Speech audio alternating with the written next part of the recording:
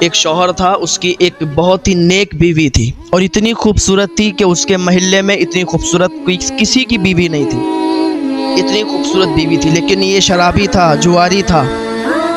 اکثر ہوتا بھی ایسا ہے کہ رشتے جب بغیر دیکھے، بغیر جانچ پڑتال کیے ہوتے ہیں تو پھر وہ معاملات ایسے ہی پیش آتے ہیں۔ رشتوں کے معاملے میں بہت ہی تحقیق کر لینا چاہیے، اس کے بعد رشتہ کرنا چاہیے۔ وہ لڑکی بہت نیک تھی، حضرت فاطمہ الزہرا رضی اللہ تعالی عنہا کی سیرت اپنانے والی لڑکی تھی۔ اس کی شادی ایک شرابی کے ساتھ ہو گئی، جواری کے ساتھ ہو گئی۔ وہ اپنی بیوی سے نفرت کرتا تھا، اس لیے کہ وہ منع کرتی تھی کہ تم شراب نہ پیو، جوا نہ کھیلو، یہ بربادی کی طرف لے جانے والا ہے۔ تم کیوں اپنے ہاتھ سے اپنے گھر کو بھی اجاڑ دو گے، اپنے ہی آپ اپنی ساری دنیا اجاڑ دو گے، برباد ہو جاؤ گے، برباد ہو کے بیٹھ جاؤ گے اگر یہ سارے کام تم نے نہیں چھوڑے۔ لیکن وہی کہتے ہیں نا، جب کوئی اپنا سمجھاتا ہے تو پھر سمجھ میں نہیں آتا، ایسا لگتا ہے یہ ہمارا برا چاہتا ہے۔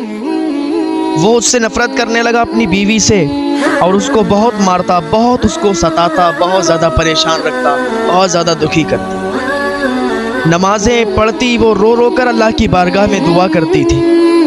ایک دن کیا ہوا، یہ بیٹھا ہوا تھا تو اس نے ٹوک دیا کہ میرے شوہر، آپ میرے شوہر ہیں، میں آپ کو سمجھا رہی ہوں، ابھی بھی ٹائم ہے کہ تم شراب مت پیو، جوا مت کھیلو، ورنہ برباد ہو جاؤ گے۔ اسے غصہ آ گیا، اس نے چھرا اٹھایا اور اٹھانے کے بعد اپنی بیوی کا ایک ہاتھ کاٹ دیا۔ اللہ اکبر۔ جب بیوی کا ایک ہاتھ کٹا تو بہت چیخی چلائی، بہت زیادہ پریشان، درد میں تڑپتی رہی، اور اس نے اس کی دوا بھی نہیں کرائی۔ بیوی کا ہاتھ کاٹ دیا، اس نے اللہ کی بارگاہ میں شکر ادا کیا کہ مولا تو جس حال میں مجھے رکھے تیرا شکر ہے، تو اگر اس حال میں مجھے دیکھنا چاہتا ہے تو اسی پر میں خوش ہوں، تیری رضا پر راضی ہوں۔ مجھے کوئی شکوہ نہیں ہے کہ میرے شوہر نے میرے ساتھ ایسا کیا، یا میرا شوہر ایسا نکل گیا، مجھے تڑپاتا ہے، مجھے دکھی رکھتا ہے۔ یا اللہ میں تیری رضا پر راضی ہوں، اگر تو اس حال میں مجھے دیکھنا چاہتا ہے تو میں راضی ہوں۔ شکوہ نہیں کیا، اس نے ہاتھ کٹ گیا۔ یہ کتنی عظیم نعمت ہے، بہت بڑی نعمت ہے۔ انسان کا اگر ہاتھ نہ رہے تو پھر اسے بہت ہی عجیب لگے گا اور بہت ہی برا فیل ہوگا۔ اکثر لوگ کسی بھی تکلیف میں پڑ جاتے ہیں تو پھر اپنے آپ کو کوسنے لگتے ہیں کہ باپ میری قسمت کیا ہے، اللہ نے پتہ نہیں میری قسمت میں کیا لکھ دیا ہے اور ساری مصیبتیں مجھ پہ ڈال دی۔ تو لوگ ایسے کہتے ہیں، لیکن اس لڑکی کی ہمت کی داد دینی چاہیے۔ ہاتھ کٹ گیا لیکن اللہ کی بارگاہ میں شکر ادا کر رہی ہے، مولا تو جس حال میں مجھے رکھے میں خوش ہوں، میں راضی ہوں۔ ایسے ہی یہ ان کا سلسلہ جاری رہا، اور اس نے نہ جوا چھوڑا نہ شراب چھوڑی۔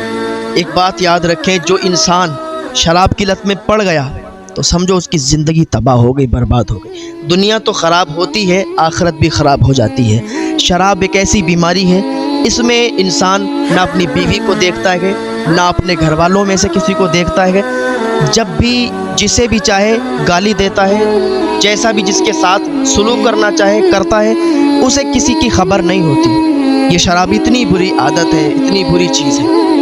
اللہ اس عادت سے، اس بیماری سے ہمارے نوجوانوں کو، ہمارے لوگوں کو بچائے رکھے۔ یہ بہت بری عادت ہے، بہت بری چیز ہے۔ دوستو اس عادت کو چھڑاؤ زیادہ سے زیادہ، اگر جس کی بھی لت لگ گئی ہو، کیونکہ یہ عادت چھوٹتی نہیں ہے جلدی، لیکن اگر چھوٹ جائے تو پھر بہت بڑی بات ہے۔ اللہ تعالی ہم سب کو ہدایت عطا فرمائے اور ایسی بیماریوں سے ہم سب کو بہت دور رکھے۔ تو ایک دن کیا ہوا، بیوی نے پھر ٹوک دیا اور کہا کہ دیکھو آپ جو کر رہے ہو اچھا نہیں کر رہے ہو۔